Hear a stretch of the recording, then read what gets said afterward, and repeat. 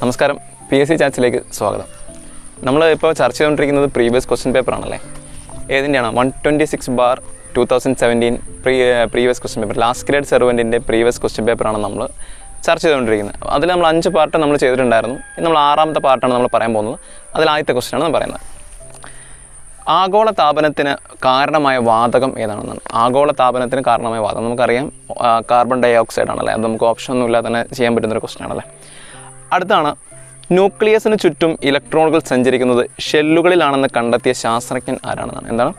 ന്യൂക്ലിയസിന് ചുറ്റും ഇലക്ട്രോണുകൾ സഞ്ചരിക്കുന്നത് ഷെല്ലുകളിലാണെന്ന് കണ്ടെത്തിയ ശാസ്ത്രജ്ഞൻ ആരാണെന്നാണ്. ഓപ്ഷനിൽ റുദർഫോർഡ് ഉണ്ട്, മാക്സ്വെൽ ഉണ്ട്, നീൽസ് ബോർ ഉണ്ട്, ചാഡ്വിക് ഉണ്ട് അല്ലേ. അപ്പോൾ ഇതിൻ്റെ ആൻസർ എന്ന് പറയുന്നത് റുദർഫോർഡ് ആണ് അല്ലേ. റുദർഫോർഡ് ആണ് കേട്ടോ. ഏണസ്റ്റ് റുദർഫോർഡ് ആണ് എന്ത് കണ്ടെത്തിയത്? ന്യൂക്ലിയസിന് ചുറ്റും ഇലക്ട്രോണുകൾ സഞ്ചരിക്കുന്നത് ഷെല്ലുകളിലാണെന്ന് കണ്ടെത്തിയത്.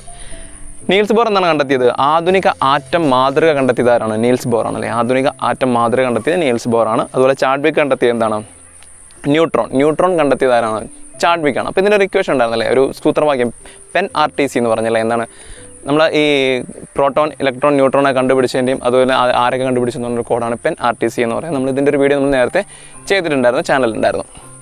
പിന്നെയാണ് അടുത്ത ക്വസ്റ്റ്യൻ, ബോക്സൈറ്റ് ഏത് ലോഹത്തിൻ്റെ അയിരാണെന്നാണല്ലേ. ബോക്സൈറ്റ് ഏത് ലോഹത്തിൻ്റെ അയിരാണെന്നാണ് ചോദ്യം. അതിൽ ഓപ്ഷന് ഇരുമ്പുണ്ട്, അലൂമിനിയം ഉണ്ട്, കോപ്പറുണ്ട്, ചെമ്പുണ്ട് അല്ലേ.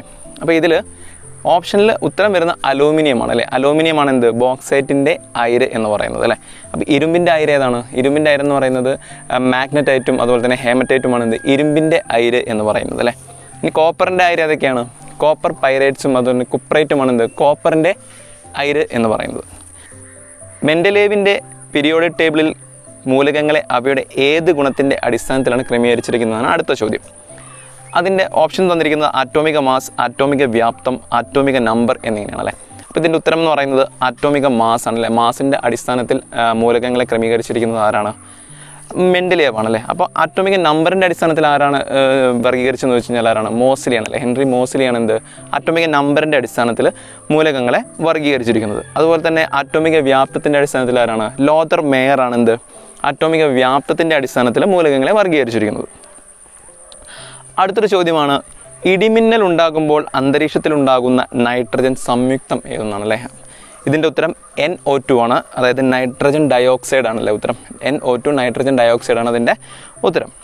ലാസ്റ്റ് ക്വസ്റ്റ്യൻ ആണ്, കലോറിക മൂല്യം ഏറ്റവും കൂടിയ ഇന്ധനം ഏതാണ്? കലോറിക മൂല്യം ഏറ്റവും കൂടിയ ഇന്ധനം ഏതെന്നാണ് അല്ലേ. ഇതിൽ LPG ഉണ്ട്, മീഥേൻ ഉണ്ട്, ഹൈഡ്രജൻ ഉണ്ട്, പെട്രോൾ ഉണ്ട്. ഇതിൽ ഏറ്റവും കലോറിക മൂല്യം കൂടിയ ഇന്ധനം എന്ന് പറയുന്നത് ഹൈഡ്രജൻ ആണല്ലേ. ഹൈഡ്രജൻ ആണ് എന്ത്? ഏറ്റവും കൂടുതൽ എന്താണ് കലോറിക മൂല്യം കൂടുതലുള്ള ഇന്ധനം എന്ന് പറയുന്നത്. അപ്പോൾ ഏറ്റവും കുറവ് ഏതിനായിരിക്കും? കൽക്കരിക്കാണ് ഏറ്റവും കുറവ് കലോറിക മൂല്യമുള്ള ഇന്ധനം എന്ന് പറയുന്നത്. എന്താണ്? കൽക്കരിയാണല്ലേ. അപ്പം ഇത്രയാണ് നമുക്ക് ഇന്ന് പറയാനുള്ളത്. അപ്പോൾ ഇതിൻ്റെ ബാക്കി ക്വസ്റ്റ്യനുമായിട്ട് നമുക്ക് അടുത്തൊരു വീഡിയോയിൽ കുറച്ച് കഴിഞ്ഞിട്ട് കാണാം. Thank you.